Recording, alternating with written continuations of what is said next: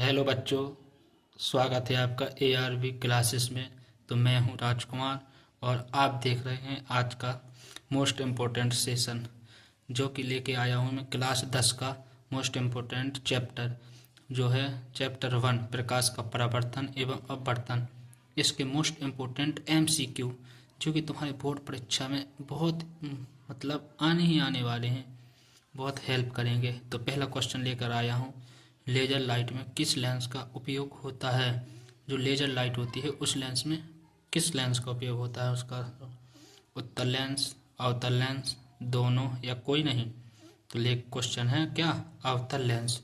अगला क्वेश्चन लेके आया हूँ, दर्पण का सूत्र होता है, इनमें से दर्पण का सूत्र कौन सा होता है। 1/f बराबर 1/v प्लस 1/u प्लस, या दूसरा है 1/f बराबर 1/b माइनस 1/u। अगला है 1/b बराबर 1/f प्लस 1/u। चौथा क्वेश्चन है 1/f बराबर माइनस 1/b माइनस u। तो इसका कौन है 1/f बराबर 1/b प्लस 1/u। अगला क्वेश्चन लेकर आया हूँ, किस दर्पण में प्रकाश की किरण टकराने से प्रतिबिंब छोटा, वास्तविक और उल्टा बनता है। तो इसका क्या है, इसमें है अवतल दर्पण। कौन सा है, अवतल दर्पण। ठीक है, अवतल दर्पण होता है।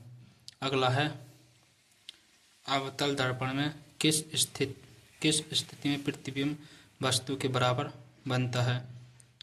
नंबर 1 है फोकस पर, वक्रता केंद्र पर या अनंत पर, इनमें से कोई नहीं। तो कौन सा है, वक्रता केंद्र पर। अगला क्वेश्चन है, निर्वात में प्रकाश की चाल होती है 3.2 × 10⁸ मीटर पर सेकंड। बी नंबर 3.16 × 10⁻⁸ मीटर पर सेकंड। अगला 3 × 10⁸ मीटर पर सेकंड, कोई नहीं। तो कौन सा, 3 × 10⁸ मीटर पर सेकंड। अगला क्वेश्चन है क्या, रोड लाइट में किस दर्पण का प्रयोग होता है। जो कि रोड के किनारे लाइट लगी रहती है उनमें कौन से दर्पण का उपयोग होता है उनमें। तो कौन सा, अवतल दर्पण। अगला क्वेश्चन लेकर आया हूँ, परावर्तन का द्वितीय नियम होता है, क्या होता है। तो परावर्तन का द्वितीय नियम होता है कोण I बराबर कोण R। ठीक है। अगला क्वेश्चन लेकर आया हूँ, लेंस कितने प्रकार के होते हैं। 2 प्रकार के, 3 प्रकार के, 4 या सभी। तो कितने प्रकार के होते हैं लेंस, 2। कौन कौन से, एक होता है उत्तल लेंस, एक अवतल लेंस। ठीक है। अगला क्वेश्चन लेके आया हूँ, गोलीय दर्पण के प्रकार होते हैं, कितने होते हैं गोलीय दर्पण के प्रकार। 3, 2, 4 या सभी। कितने होते हैं, जैसा कि टिक लगा है 2 में। अगला क्वेश्चन है, वक्रता त्रिज्या और फोकस दूरी में क्या संबंध होता है। वक्रता त्रिज्या और फोकस दूरी में संबंध क्या होता है।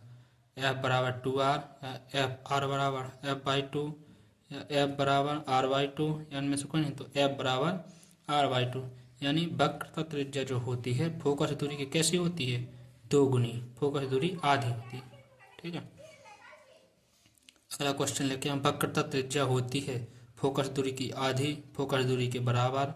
तीसरा, फोकस दूरी की 2 गुनी, या इनमें से कोई नहीं। तो फोकस दूरी कैसी होती है, 2 गुनी। जो कि वक्रता त्रिज्या, जैसे अगर वक्रता त्रिज्या 5 है तो फोकस दूरी कितनी होगी, आधी होगी। ठीक है, 2। वक्रता त्रिज्या 5 है तो फोकस दूरी कैसे होगी, 2.5 होगी। अगला क्वेश्चन है, लेंस की क्षमता का मात्रक होता है। लेंस की क्षमता का मात्रक क्या होता है, मीटर या मीटर, यानी मीटर मतलब है मीटर स्क्वायर। या अगला होता है डायोप्टर, या इनमें से कोई नहीं। तो कौन सा होता है, डायोप्टर। अगला क्वेश्चन है, अवतल दर्पण का परावर्तक पृष्ठ होता है।